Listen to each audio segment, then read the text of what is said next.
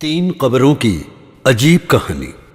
قاہرہ میں ایک اونچی پہاڑی پر ایک شخص نے تین قبریں دیکھیں جو کہ ایک ہی لائن میں بنی ہوئی تھیں اور بالکل ہو بہو ایک جیسی تھیں، مگر ان کی خاصیت یہ تھی کہ تینوں قبروں پر الگ الگ اشعار لکھے تھے۔ ایک قبر پر لکھا تھا، وہ شخص اپنی زندگی میں کیا لذت کر پائے گا جو یہ بات جانتا ہو کہ اللہ تبارک و تعالی اس سے ضرور باز پرس کرے گا، اور اس نے جو اللہ کے بندوں کے ساتھ ناانصافیاں کی ہیں اس کا بدلہ لے گا، اور جو اس نے بندوں کے ساتھ بھلائیاں کی ہیں اس کی اسے جزا ملے گی۔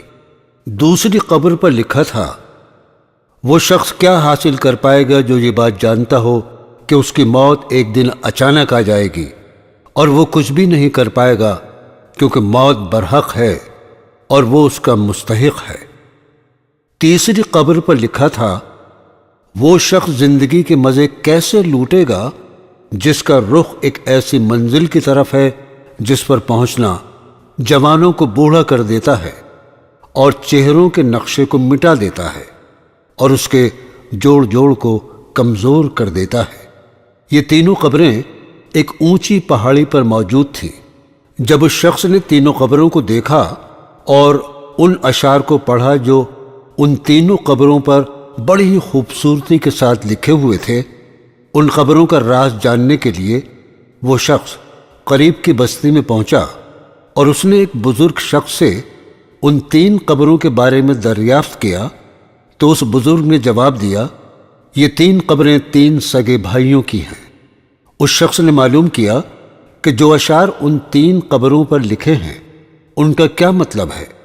تب اس بزرگ شخص نے کہا، یہ اشعار جو آپ دیکھ کر آئے ہیں وہ ان تینوں بھائیوں کی گزری ہوئی زندگی کی وصیت ہے۔ اس شخص کی ان تین قبروں کا راز جاننے کے لیے دلچسپی اور بڑھ گئی اور وہ اس بوڑھے شخص سے کہنے لگا، آپ ان تینوں بھائیوں اور ان کی وصیت کے بارے میں مجھے تفصیل سے بتائیں۔ اس شخص نے کہا کہ یہ تین بھائی تھے۔ بڑا بھائی بادشاہ کے یہاں ایک بڑا عہدیدار تھا جو شہروں اور لشکروں کے انتظام پر مامور تھا اور وہ بادشاہ کے ساتھ رہا کرتا تھا۔ دوسرا بھائی تاجر تھا اور تیسرا بھائی عبادت گزار شخص تھا جس نے عبادت کرنے میں اپنی پوری زندگی گزار دی۔ جب اس کی موت کا وقت قریب آیا تو اس کے دونوں بڑے بھائی اس کے قریب آئے اور بڑے بھائی نے کہا، اے میرے بھائی، تمہیں اگر کوئی وصیت کرنی ہے تو مجھ کو بتاؤ، میں اس کو پورا کروں گا۔ اس عبادت گزار بھائی نے کہا، میں کیا وصیت کروں، اللہ کی قسم میرے پاس کوئی مال نہیں ہے جو وصیت کروں، نہ میرا کسی پر قرض ہے اور نہ ہی مجھ پر کسی کا قرض ہے۔ دوسرے تاجر بھائی نے کہا، اے میرے بھائی، میرا جو کچھ مال ہے وہ سب تیرے سامنے ہے، اس کا تم جو چاہو وہ کرو، جو دل چاہے وہ وصیت کرو۔ تمہارے دل میں کوئی بھلائی کا ارمان رہ گیا ہو جو مال کی وجہ سے پورا نہ ہوا ہو۔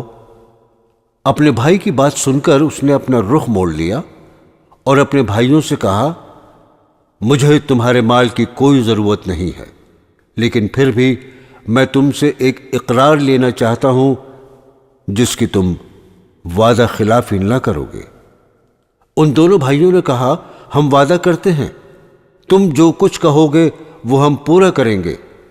تب اس عبادت گزار بھائی نے کہا، جب میں مر جاؤں تو تم مجھ کو ایک اونچی جگہ پر دفن کرنا اور میری قبر پر لکھ دینا، زندگی سے وہ شخص کیا لذت حاصل کر سکتا ہے جو یہ جانتا ہو کہ اللہ تعالیٰ اس سے ضرور وضع پوش کرے گا اور اس سے بندوں کے ساتھ کی جانے والی ناانصافیوں کا بدلہ لے گا اور اس نے جو بھلائیاں کی ہیں اس کی جزا دے گا۔ جب یہ کام کر چکو تو روزانہ 3 دن میری قبر پر آنا، شاید تمہیں نصیحت نصیب ہو۔ انہوں نے اس کی موت کے بعد ایسا ہی کیا۔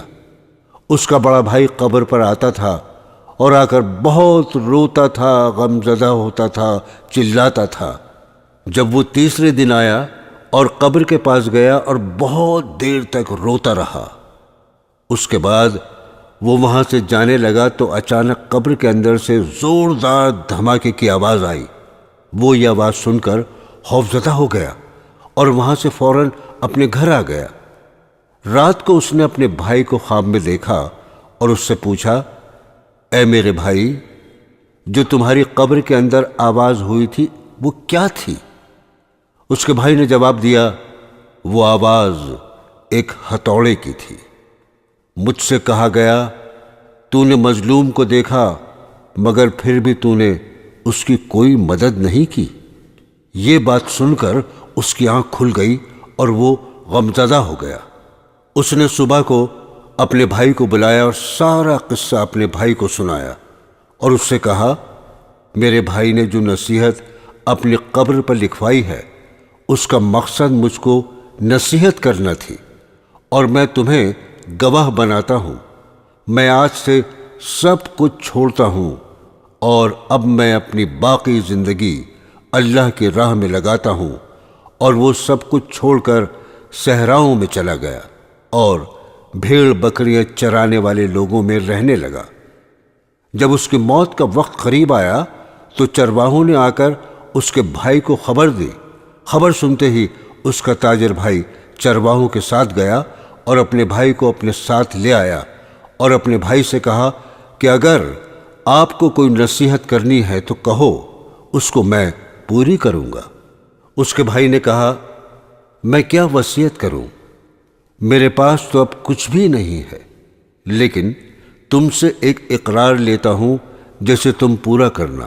اس نے کہا، جب میں مر جاؤں تو میری قبر بھی میرے بھائی کے پاس بنوا دینا اور میری قبر پر لکھ دینا، کیا لذت پائے گا وہ آدمی جو یقین رکھتا ہو اس بات پر کہ موت اس پر اچانک آ جائے گی۔ اس کی ساری شہرت وہ چھین لے گی اور اس گھر میں وہ لے جائے گی جس کا وہ مستحق ہے۔ اور میرے بھائی، تم میری قبر پر آتے رہنا، شاید تمہیں کچھ نصیحت ملے، اور میرے لیے دعا کرنا، اللہ مجھ پر رحم فرمائے۔ جب وہ مر گیا تو اس کے بھائی نے اس کی وصیت کے مطابق ویسا ہی کیا۔ وہ اس کی قبر پر روز جاتا تھا اور اس کے لیے رو رو کر دعا مانگتا تھا۔ جب وہ تیسرے دن آیا اور آ کر قبر پر بہت دیر تک روتا رہا اور اپنے بھائی کے لیے دعا مانگتا رہا اور پھر اٹھ کر واپس جانے لگا، تبھی اس نے اچانک قبر کے اندر ایک آواز سنی اور وہ اس آواز سے بے چین ہو گیا اور وہ فوراً وہاں سے اپنے گھر واپس آ گیا۔ رات کو اس نے خواب میں اپنے بھائی کو دیکھا۔ اس کے چہرے پر پریشانی اور خوف جھلک رہا تھا۔ اس نے کہا، بھائی، میں بہت مصیبت میں ہوں۔ میں نے کہا، بھائی، میرا کیا ہوگا؟ اس نے جواب دیا، جس نے دنیا میں آخرت کے لیے جو کچھ نیکیاں کی ہیں وہ دیکھ لے گا۔ صبح کو جب وہ اٹھا، اس نے سب سے پہلے اپنی ساری جائیداد بانٹ دی اور مال لوگوں میں تقسیم کر دیا، اور وہ اللہ کی عبادت میں لگ گیا۔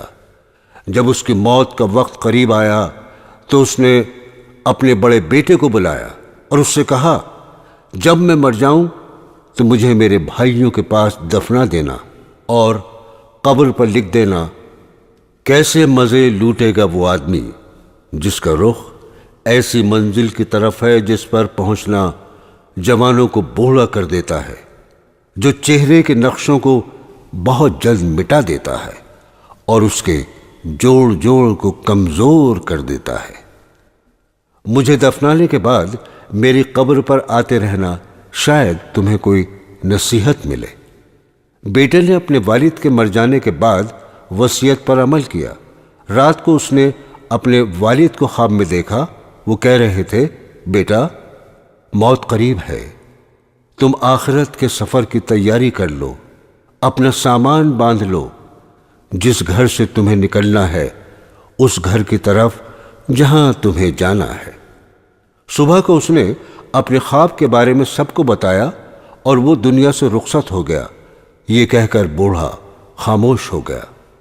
محترم عزیز دوستو، یہ 3 قبروں کا واقعہ آپ نے سنا۔ اس واقعے سے ہم سب کو نصیحت لینی چاہیے۔ اس کا مقصد یہ ہے کہ اللہ تعالی ہم سب کو یہ خبردار کرتا ہے کہ اے لوگو، مرنے کے بعد تمہارے ساتھ کیا معاملہ ہوگا۔ تم دنیا میں مال جمع کرنے میں لگے ہو، مگر مرنے کے بعد صرف تمہارے اچھے اعمال ہی کام آئیں گے۔ تمہارے اعمال کا ہی حساب ہوگا، لہذا ابھی سے تیاری کر لو، دنیا کے عیش و آرام سے نکلو۔